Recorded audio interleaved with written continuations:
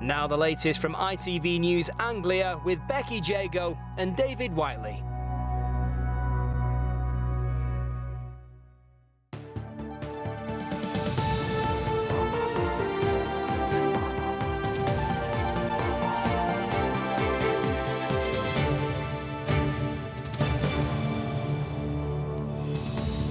Good evening, welcome to ITV News Anglia. Coming up on tonight's programme. Desperate to get her life back after waiting more than a year, how Wendy's back operation has been postponed twice. Her hospital blames COVID pressures. I'm frightened. I'm frightened that I'm going to lose control of my own life. Also tonight, the calls to keep our local leisure centres open amid fears more than half of them are at risk. Plus, is your boiler service up to date? The serious problems it could cause if not. He switched off the boiler and he put like a little red triangle danger alert on there, and I was just like, oh, what does this mean? I think he turned around and said something like death. And I'm in Triplo in Cambridgeshire for the return of the annual Daffodil Festival, and the flowers are in full bloom.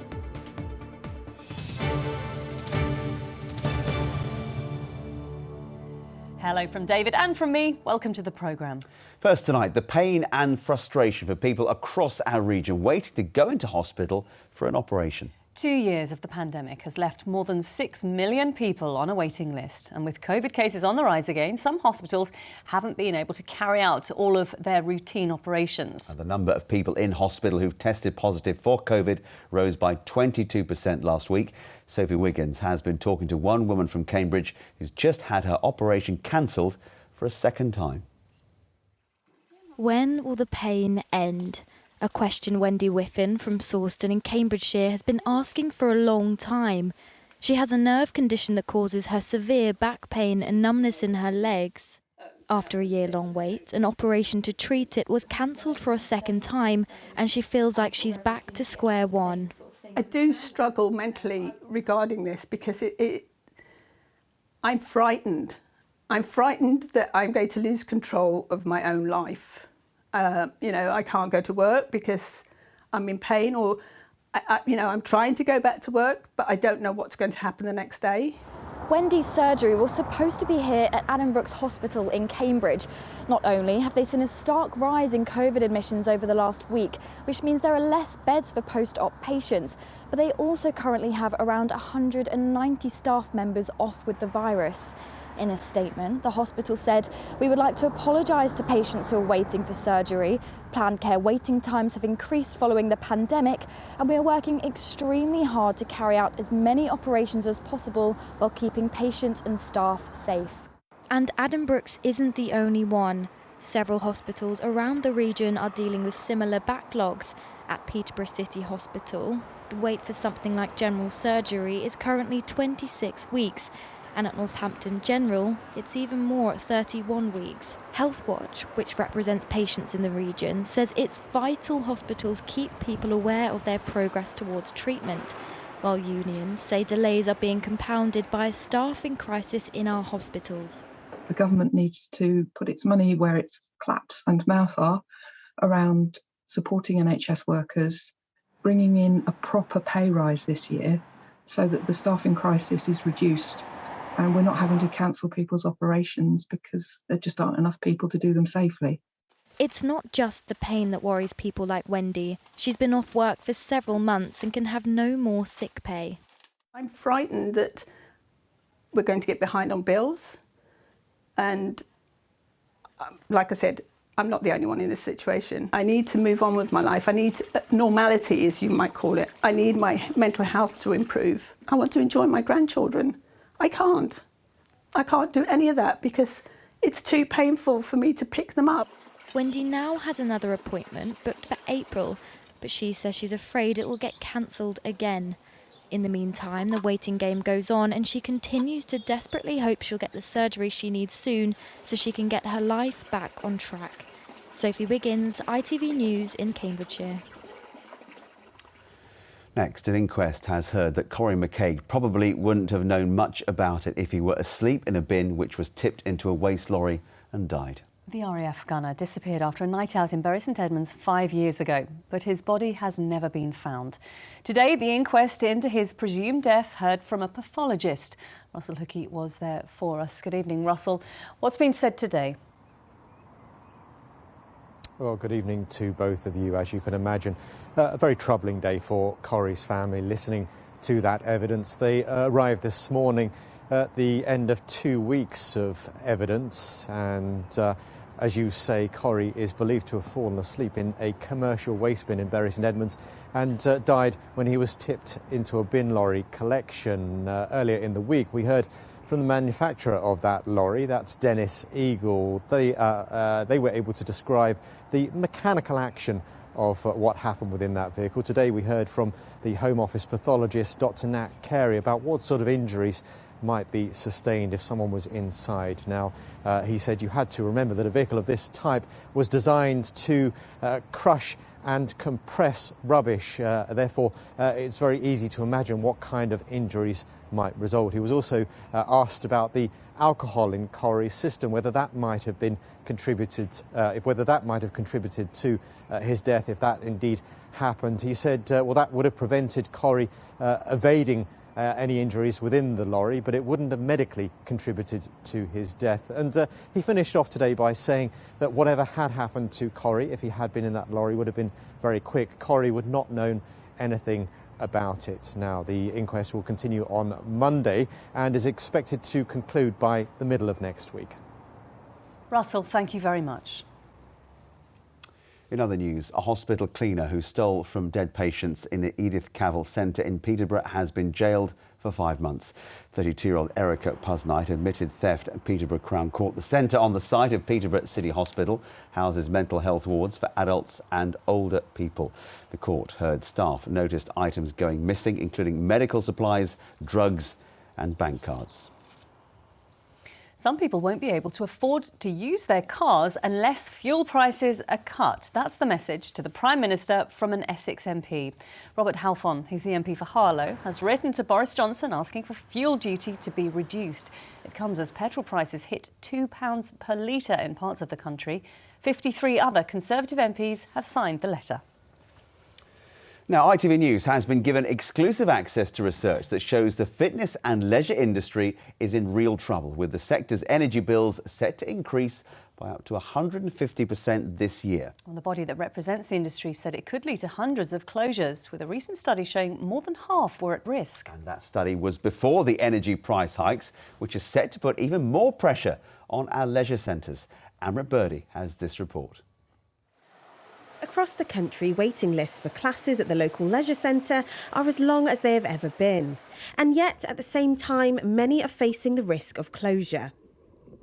Warrington Leisure Centre in Peterborough has been temporarily closed to save money.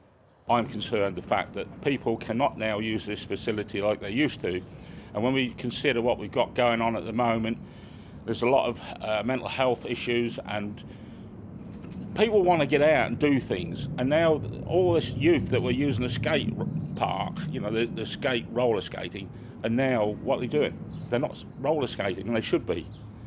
And that's the concern. A spokesperson for Peterborough City Council said it remains their #1 priority to reach financial sustainability as quickly as possible, while still delivering vital services for residents. Energy prices have soared over the last 2 years, increasing by 100%. And now that's set to triple. It means heating a large swimming pool like this one, whilst already very costly, now might just break the bank for leisure centres. The total energy costs for the fitness and leisure industry in 2019 was £500 million. In 2022, it's expected to be between £1 and £1.25 billion. That's an increase of 150%, and it's only set to go up further. If you can imagine how much it costs to heat the water, to keep the water clean, to recycle the water, it's a very, very energy-intensive facility. But of course, swimming pools are also hugely important for communities. The cost of a swim is only going to increase with the energy costs increasing. Looking forward, our members are really concerned they will no longer be able to bridge that gap, and many pools will have to close. There are calls from within the industry for support from the government for leisure centres to help tackle the increasing costs. We understand that the volatility within energy right now is something which is out of real control of government, but there are areas that the government can provide control. If you look at gyms, for one thing, they can provide the VAT exemption that we didn't get during COVID, which was given to other sectors. The government say they recognise the impact rising global gas prices will have on businesses of all sizes, and that they have backed businesses throughout the pandemic with an unprecedented package of support, including VAT cuts, business rates holidays and government-backed loans worth around £400 billion. It's not just leisure centres that are threatened by the energy crisis. Places like ice rinks and theatres could also be at risk. It's left those that use and love them worried about what this crisis will bring next. Amrit Birdie, ITV News. You can really understand how people are worried because so many people take their kids there to learn to swim and all that kind of stuff as well. So much, goes on with there for the community. Right, it is 11 minutes past 6, Friday evening. Thanks for joining us. Still to come, Donny will be here with the weekend sport. Yes, with the return of the Formula One season as Sir Lewis Hamilton warns he's ready to fight fire with fire. Plus, back in bloom, the Daffodil Festival also returning, and the weather's playing ball as well.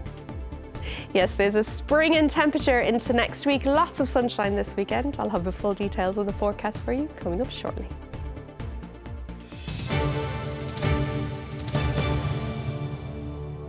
But before that, a move to reduce delays on passenger trains across the country is being trialled in Northamptonshire. If it's successful, it'll mean the end of slower diesel freight trains on the tracks, which should also help towards net zero carbon emissions, as Graham Lewis has been finding out. Unloading from a freight train alongside the Midland Main Line just outside Wellingborough. However, this is different because the train is electric. The reason why that's a challenge within the current system is that we load and offload trains from the top. Doing so under overhead lines safely is very challenging. With the push of a button, this new system being trialled here allows the high voltage cables to be moved out of the way. You don't need to use diesel trains, you can use electric trains. They get all the benefits of the electric trains, but the disadvantages of having electrification in their depot are literally moved out of the way by the mechanism. Using electric freight trains will be kinder to the environment, but also kinder to passengers, reducing delays and improving journey times. You get more capacity on a line and you get trains moving quickly, you're less likely to be delayed, and eventually you can end up with more passenger trains on that line because the freight's moving through quicker. Our services do run through train stations, they obviously run past people's houses. So whilst rail freight now, even with diesel engines, is still much more environmentally friendly than moving everything by road, by being able to electrify services, it becomes a much cleaner and greener railway. It's hoped this development can be rolled out to freight depots across the country as part of a drive to get rid of diesel on the railways within 20 years. Graham Lewis, ITV News, Wellingborough. Next tonight, when did you last get your boiler serviced? For most of us, it's an annual check, but like so many things, it may well have been delayed because of the pandemic. Yeah, some people haven't wanted an engineer in their home when COVID rates are high, but not keeping up with maintenance could mean some warranties have now lapsed. And that's on top of safety concerns if gas appliances aren't checked regularly, as James Webster has been finding out. An engineer visits a customer in Harlow in Essex to give the boiler its annual service. Thankfully, everything here is up to scratch, and it's a busy time for appointments like these, with so many people catching up on services they delayed or missed during the pandemic. Yeah, so if they don't have their boiler serviced on an annual basis, they risk losing the boiler warranty. Some of these warranties are 5, 7, 10, 12 years, so you risk losing quite a chunk of a warranty period. And then the risks are, obviously, potentially you could have an unsafe appliance in your home.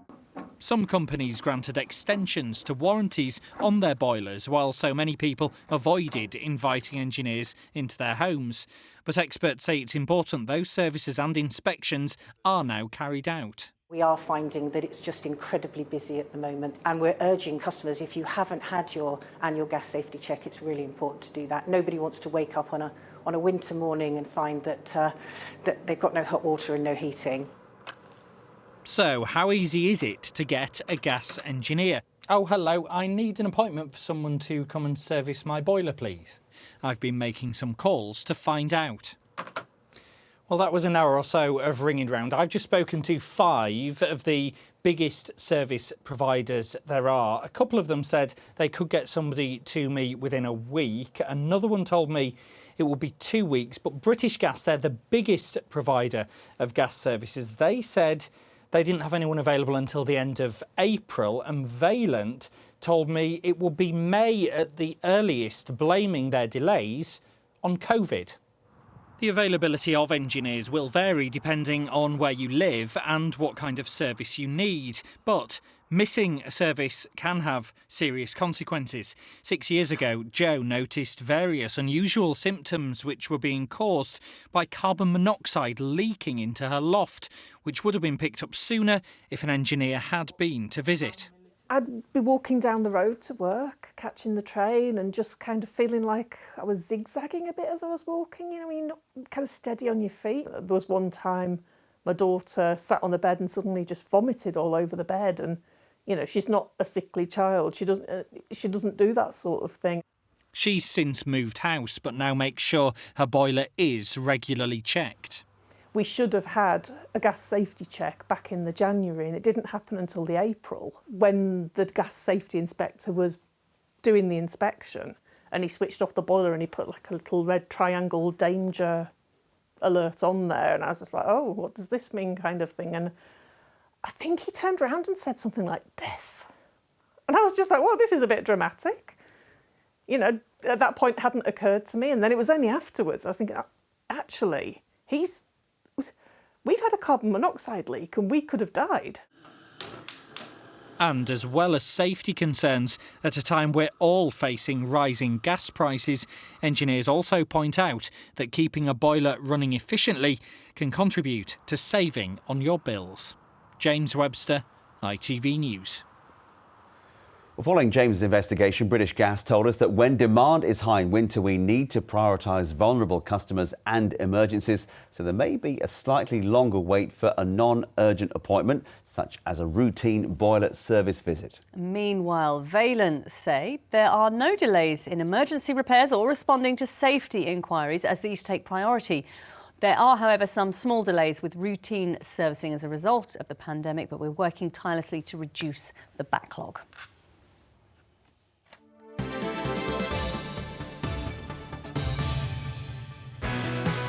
Small businesses and local teams, the heart of our communities. eBay sponsors ITV Regional Sport Reports.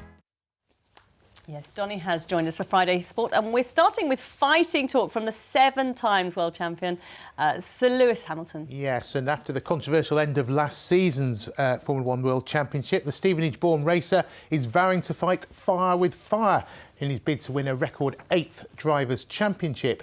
Sir Lewis embarks on this season's championship with Fenland racer George Russell for the Northamptonshire-based Mercedes team. But their cars have been off the pace in both practice sessions ahead of the opening race in Bahrain. While Russell was 4th in both sessions, it was defending champion Max Verstappen who was quickest in 2nd practice in the Red Bull built in Milton Keynes. Certainly an early warning shot. However, speaking at the Dubai Expo event earlier this week, Sir Lewis has expressed his determination to break the record.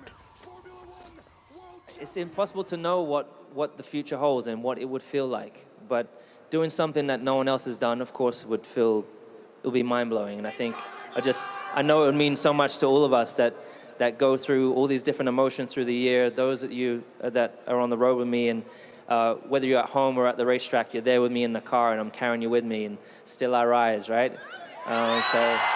Yeah. He's always a crowd pleaser, isn't he? On to the weekend's league football, but not involving Stevenage. Yes, it was supposed to be Steve Evans' first game in charge as the new manager since being appointed in midweek to replace Paul Tisdale. But Borough's match at Mansfield in League 2 was called off today after the club reported several positive cases of COVID-19 among players and staff last night. Northampton Town do play tomorrow. They seek a 3rd win in 4 against in-form Bristol Rovers. Well, next on a big challenge facing Cambridge United. Yes, they've had a clear week to establish how they can respond to last week's 6-0 drubbing at Sheffield Wednesday. The contests don't get any easier. Promotion chasers MK Dons visit the Abbey, which means a return for ex-Cambridge defender Harry Darling. United head coach Mark Bonner isn't surprised about the impact Darling has made at Stadium MK. He's got all the qualities that you want in a young centre-half. He's fast, he's athletic, he can handle the ball, can play in a back three or a back four. He's played a lot of football now for his age. He can score and he's added goals to his game this year. If I was a manager in a championship club, he'd certainly be one I'd be looking at. We had it earlier in the year, away at Doncaster, where they were off the back of, quite a heavy loss before. So I think what I expect, knowing the culture they have there as well, is obviously a bounce tomorrow. So we have to be prepared for that. Meanwhile, the clamour for championship points continues for Luton in their chase for the playoffs. They visit Hull City. Peterborough's fight to stay up resumes on Sunday at Queen's Park Rangers. Now, these are happy memories for Northampton Saints fans, celebrating victory in the Premiership Rugby Cup final over Saracens 3 years ago. The two clubs meet for their third pool match in this year's competition tomorrow. Saints need a win to keep alive any thoughts of qualifying. And it promises to be an exciting finish to Rugby's Six Nations Championship. The games involving title contenders Ireland and France are both live on ITV tomorrow, the latter against England. Good stuff. Thanks very much, Donny. Have a lovely weekend. Thanks, Donny.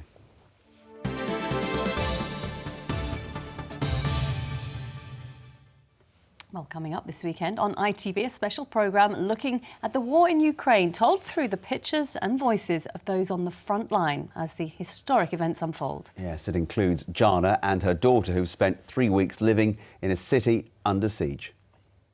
Вот, то есть молилась так, как никогда в жизни не молилась, знаешь, и вот потом приняла решение, укреплять бомбоубежище.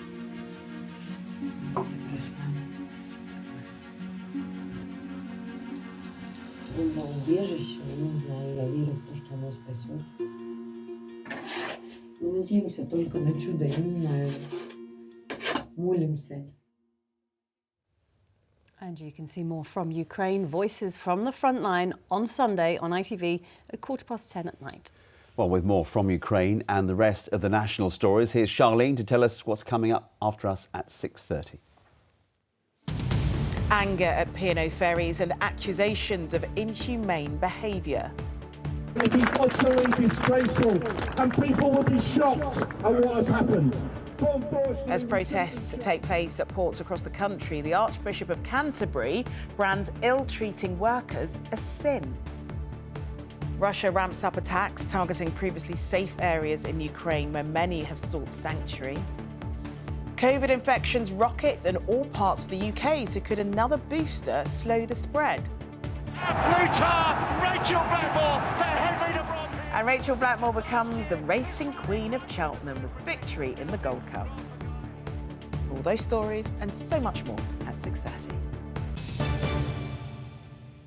Finally, from us, this week we've had plenty of blue skies with a real feeling of spring in the air, and that means daffodils are in full bloom. Well, after being cancelled for the last 2 years because of COVID, the Triplo Daffodil Festival is making a big comeback this weekend, and Sarah Cooper's been looking at the last-minute preparations for us. The village of Triplo in Cambridgeshire. Only 350 residents, but 500,000 daffodils. A big show right on cue for the return of the annual Daffodil Weekend. COVID really started to hit in February, March 2 years ago, and we had to cancel at a week's notice, which was absolutely gutting. But then last year was a clearer decision, we couldn't do it, but now we're fully back and actually everything's coming into play now. The weather's beautiful, the village is looking stunning, and the daffs are putting on such a display this year. It's England at its eccentric best. It started as a village fete over 50 years ago. Now it's grown into a huge event. There are 140 different types of daffodil on display here, and the village has even got its own brand called Triplo Gold, planted here in pride of place around the village sign. 10,000 visitors are expected this weekend, with tickets almost sold out. Julie and Russ got here early. Here for the weekend, for the daffodil weekend. So as you could probably see, there's supposed to be 500,000 daffodils, and we stayed at, with Erica and Richard last year at the Bakehouse, and they told us about the glorious weekend. So we've ordered the weather, and we said we'd come back to come and count them all, make sure there are 500,000. It takes 400 volunteers to organise the event, with most villagers getting involved. Morag's dedicated lots of time to her tubs, with a top tip for getting daffodils to stand tall. If the daffodils get really, really wet and rain and they've got big flower heads, they tend to droop. So if you can pick up some old twigs from the garden and put the twigs inside, in between all the daffodils, that will support them. It's probably best to do it before they even come out to flower, so that they're established there and they'll grow up round about them. Shirley's lived in the village since 1977, when the daffodils weekend was always in April. It's got warmer and the daffodils come out earlier. Even though we plant late ones and early ones, they are earlier, so now we have to have daffodil weekend in March. No complaints about the forecast this weekend, though. Organisers hoping to raise thousands for charity while raising the profile of these blooms once more. Sarah Cooper, ITV News, Triplo in Cambridgeshire. That's great. They take it very seriously there in Triplo. They do. I want to get out there with a tape measure and just check they're all the right correct height. But isn't it great to see so many of them in so many places throughout the whole village? They it's are so nice such to see that. happy flowers as well. They really are such a Even when the lovely weather smell. hasn't been as good as it has been of late, it just brightens the day, doesn't it? Well, the weather today has been glorious. In fact, it reached 16.3 degrees in Santondown. We've had a couple of lovely pictures actually sent in. Have a look at these. This is sunrise this morning. Thank you, Tony, for these. This is Peterborough. Isn't that just beautiful? Absolutely fantastic. Right, let's find out what the weather's looking like for the whole weekend. Here's Ash with the details.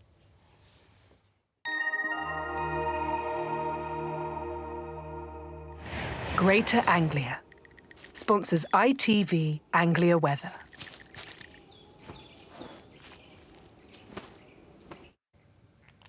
Yes, well, it certainly has been the most stunning day out there. Temperatures well above average for the time of year. And that's all because we've got high pressure in charge at the moment. Now, the centre of that high is across the northern parts of Europe. So it is bringing in a southeasterly drift. And with that, a little bit breezy as well. We're just on the periphery of the high, which means that it is the breezier part of the high pressure system. But as we head through this evening and overnight, it's dry. We've got a little bit of patchy mist and fog forming, but there's enough breeze out there to prevent it from becoming too widespread. So a little bit chilly first thing tomorrow, lows of around 5 degrees Celsius. But again, those temperatures so quickly coming up. The sun is coming up just that little bit earlier now. So lots of sunshine again through tomorrow. It's dry through all of Saturday, but it's certainly worth noting that there's plenty of strength in the sunshine. So if you are out and about for any length of time, you will want to consider popping on some sunscreen. And again, temperatures above average for the time of year, highs of around 13 degrees Celsius. Now, as we head from Friday into Saturday, that high pressure clings on across northern parts of Europe. We're still on the periphery of the high, so it will be a little bit breezier as we head through Sunday, and we start to tap into some slightly cooler air on Sunday as well. So let's just take a look at the detail of that. We start off on Sunday morning with some bright and sunny spells around, but again, it's going to be dry, a little bit breezy through the day, and by the afternoon, just feeling a little bit cooler. Temperatures around 10 degrees Celsius, but there's still the same strength in the sunshine. So if you are out and about for any length of time, do consider that. You will want to bring some sunscreen with you. Then as we head through the outlook, well, it's going to stay dry, it's fine, it's sunny, and daytime temperatures as we head from Monday into Tuesday really start to take a jump as we tap into some warmer air. By the time we get to Wednesday, temperatures could be as high as 16 degrees. Have a lovely weekend. Greater Anglia sponsors ITV Anglia Weather.